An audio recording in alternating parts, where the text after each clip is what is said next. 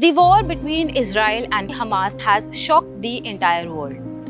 Rockets were fired from the city of Gaza to Israel, and many have been taken hostage by the Hamas gunmen.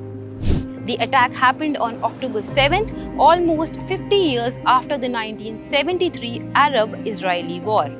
This unprecedented attack has not only sent the world governments in a shock, but it is also going to affect the stock markets in the coming days. So if you are an investor in the market, here is all you can expect in the coming days. I am Neha Vashisht Mahajan. Let's take a look at the highlights. Palestinian group Hamas launched Operation Al-Aqsa Flood. This operation has led to thousands being injured and hundreds have already died. The effect of this has created a lot of geopolitical tension across the world markets.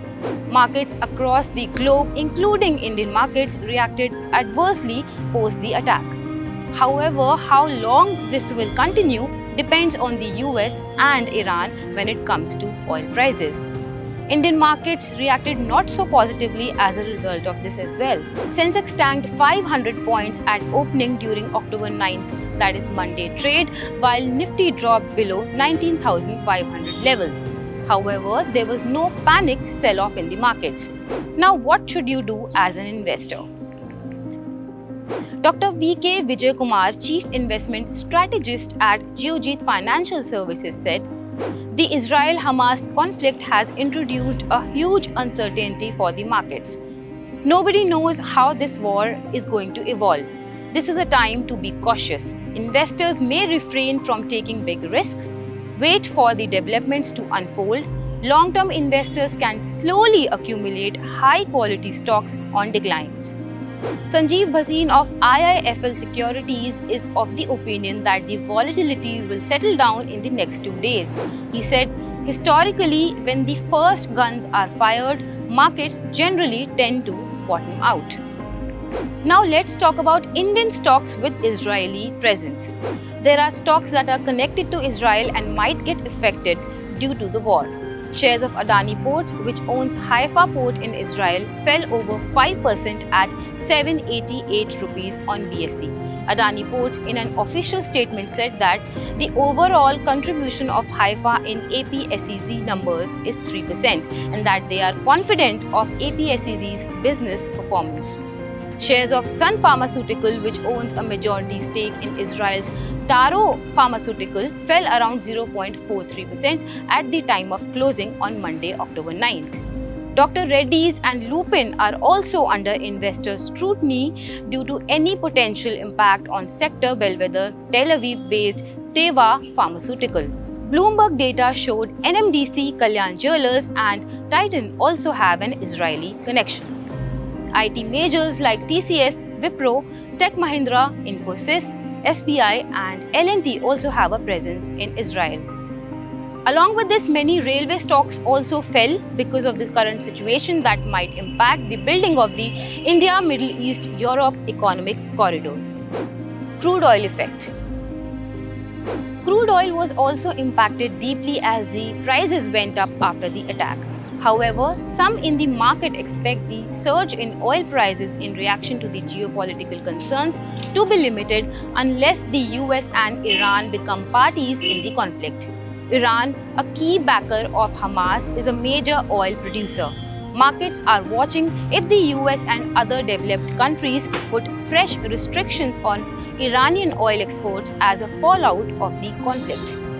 A report by HDFC Securities also said that Israel-Hamas war will not impose any immediate threat to oil supply, as neither Israel nor its immediate neighbors are major oil producers. However, there is uneasiness related to Iran. Many believe in the involvement of Iran in the attack. In an ET Markets live stream, Ravindra Rao, head of commodity research at Kotak Securities, told ET Market that there are talks going on hinting at possible involvement of Iran in the attack due to its closeness with the Hamas. If that's proven, an energy crisis may get triggered due to sanctions on Iran. This could result in disruption in the crude market. InCred Securities also said that an attack on Iran by Israel or vice versa may lead to disruption of trade in Strait of Hormuz. Almost 35% of the global LNG trade and almost 21% of the global oil passes through this narrow strip of sea. If Iran is attacked, then crude flow can stop. Oil Minister Hardeep Singh Puri also commented on the matter and said, as far as the energy sector is concerned, the place where the action is taking place is in many respects the center of global energy. We will watch very carefully, we will navigate our way through this. These kinds of uncertainties only encourage people to sustainable and cleaner fuel. Now, what's happening with the markets in the Middle East? The Middle East markets were affected deeply due to Israel and Palestine war. TA35 index, which is Israel's main stock market index, it went down as much as 6.4% on the October 8th, a day after the attack. As per Bloomberg, this is one of the most significant drops in the last 3 years. A massive sell-off was seen across Middle Eastern markets such as Kuwait, Qatar, Bahrain, Oman and Saudi. The coming week could be unstable and unpredictable for the world indices as well. Israeli shekel also fell well over 1% on Monday, October 9 trade to a fresh low since 2016. The central bank in Israel has also decided to sell billions of foreign exchange to stabilize the shekel as per a Bloomberg report. Lastly, we're going to talk about geopolitics and Indian equities. Investors in mid-cap and small-cap stocks have more to worry about if the geopolitical risks affect Indian markets. According to S. Narain, CIO, ICICI Prudential Asset Management, the bigger concern in the market is retail investors' unwavering conviction in mid-cap and small-cap stocks whose valuations are above comfortable levels. If the stock market was cheaper, the potential impact of this geopolitical concern would have been moderate. Well, that is all for today. Stay tuned to ET Markets for more.